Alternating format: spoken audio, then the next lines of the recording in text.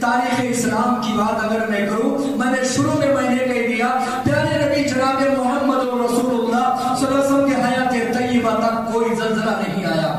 سب سے پہلا زلزلہ اس تاریخ اسلام میں اگر آیا ہے، وہ جانتے ہیں کس کے دور میں آیا ہے؟ حضرت عمر ابن خطاب. کیا نام؟ حضرت عمر ابن خطاب رضی اللہ عنہ خلیفہ تھے. ان کے دور میں مدینے میں زلزلہ محسوس کیا گیا، جھٹکے محسوس کیے گئے. ایک صحابہ رسول فرماتے ہیں میں چٹائی بچھا کر کے نماز پڑھ رہا تھا، میں ہلنے لگا، اتنے جھٹکے اس طرح زور سے آئے کہ مجھے محسوس ہوا. کہتے ہیں عمر ابن خطاب رضی اللہ عنہ کہیں گئے، واپس آئے، سارے مسلمانوں کو جمع کیا، مدینہ کے لوگوں کو جمع کیا، اور جمع کر کے عمر ابن خطاب نے خطبہ دیا. اور خطبے میں کیا فرمایا؟ اے لوگوں، تمہارا کیا حال ہو گیا ہے؟ ابھی میرے آپ کے نبی جناب محمد رسول اللہ صلی اللہ علیہ وسلم کے گھر میں رہنے والے برتن ابھی میلے نہیں ہوئے ہیں، کفن بھی میلا نہیں ہوا ہے. تم سارے لوگ اتنے جلدی بدل گئے ہو، تم بدل گئے اتنے جلدی ہو کہ مدینے میں زلزلہ آنے لگا. عمر ابن خطاب نے فرمایا آج کے بعد اگر دوبارہ مدینے میں زلزلہ آیا میں مدینہ چھوڑ کر کے چلے جاؤں گا. سبحان اللہ. کیا پیغام دینا چاہتے تھے عمر ابن خطاب جانتے ہو؟ پیارے نبی محمد رسول اللہ صلی اللہ علیہ وسلم کا بھی انتقال ہوا ہے، آپ کے برتن ٹوٹے بھی نہیں ہیں، ابھی برتن اپنے گھر میں موجود ہے، اتنے جلدی تم بدل گئے ہو کہ مدینے میں زلزلہ آنے لگا. سبحان اللہ. اور اسی طریقے سے ایک اور صحابہ رسول ہے عبداللہ ابن مسعود رضی اللہ عنہ، قاری قرآن ہے. سبحان اللہ. ان کے بارے میں آتا ہے ان کے زمانے میں بھی زلزلہ آیا. انہوں نے لوگوں کو بلا کر کے کہا کہ اے لوگوں، تمہارا رب تم سے ناراض ہے، تمہارا رب تم سے بہت غصے میں ہے، بہت غیظ و غضب میں ہے. سارے لوگ مل کر کے توبہ کرو، استغفار کرو، اللہ کی بارگاہ میں معافی مانگو. یقیناً تمہارا توبہ، تمہارا استغفار، تمہارا اللہ کی طرف پلٹ کر کے آنا، یہ اللہ کے غصے کو ٹھنڈا کر دے گا انشاءاللہ تبارک و تعالیٰ. خطبہ جمعہ کا سب سے پہلا پیغام لے کر کے جائیے. پہلی بات میں نے فرمائی ہے پیارے نبی محمد رسول اللہ بولیے صلی اللہ علیہ وسلم کے دور میں زلزلہ نہیں آیا ہے، عمر ابن خطاب کے دور میں آیا، عبداللہ ابن مسعود زندہ تھے ان کے دور زمانے میں آیا. اس کے بعد کئی زلزلے، کئی جھٹکے آئے دنیا میں. قیامت کے قریب زلزلوں کی کثرت ہو جائے گی. کیا کرو گے تم؟ سنو گے، چلے جاؤ دور کر کے. سبق بھی لینا ہے انشاءاللہ، عبرت بھی لینی ہے انشاءاللہ. میرے بھائیوں، ہمارا آپ کا رویہ یہ ہے، ہم نے سنا ترکی میں زلزلہ آیا، سیریا میں زلزلہ آیا، فلاں جگہ طوفان آیا، فلاں جگہ سیلاب آیا، بارشوں کا سیلاب آیا، قحط سالی آئی. ابھی گرما کا موسم آئے گا، بارش کم ہو جائے گی، سارے لوگ مل کر کے بارش کے لیے دعا کریں گے. بس ہمارا یہی کام ہے.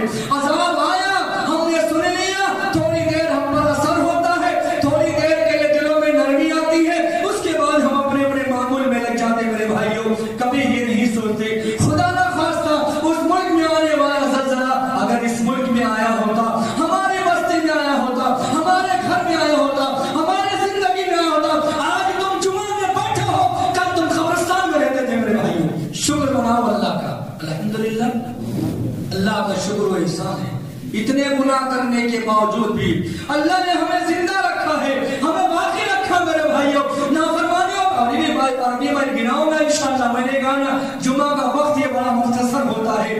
آئیے میں کچھ باتیں آپ کے سامنے رکھوں. میرے بھائیوں، سب سے پہلی بات یاد رکھیں، پیارے نبی جناب محمد رسول اللہ صلی اللہ علیہ وسلم کا حال کیا تھا. آپ علیہ الصلوۃ والسلام کے زمانے میں آپ کی حیات طیبہ میں سورج کو گرہن لگ گیا، جس کو سورج گرہن کہا جاتا ہے. جانتے ہیں سورج کو گرہن لگ گیا، سورج کی روشنی ختم ہو گئی، دن میں پورا اندھیرا چھا گیا. پیارے نبی محمد رسول اللہ صلی اللہ علیہ وسلم مارے خوف کی وجہ سے، مارے ڈر کی وجہ سے آپ نے صحابہ کرام کو اکٹھا کیا، مسجد نبوی میں اکٹھا کیا، سب کو بلایا اور بلا کر کے نبی کریم صلی اللہ علیہ وسلم نے نماز شروع کر دی. اللہ اکبر.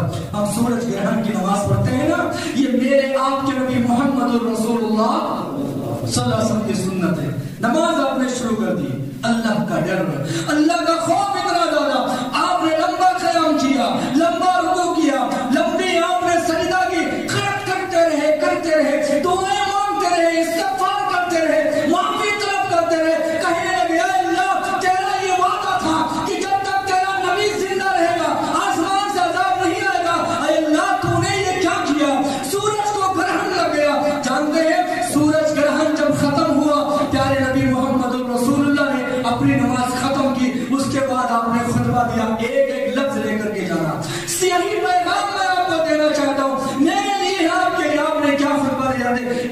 والشمس والقمر آیاتان من آیات اللہ۔ اے لوگوں سنو، یہ سورج، یہ چاند، یہ اللہ کی نشانیوں میں ایک نشانی ہے، سبحان اللہ۔ یہ معبود نہیں ہو سکتے ہیں، یہ خدا نہیں ہو سکتے ہیں۔ جب چاہے اللہ سورج کی روشنی کو چھین لے، اور جب چاہے اللہ چاند کی خوبصورتی کو اللہ ختم کر دے۔ اور کس کے پاس ہے؟ اللہ کے پاس۔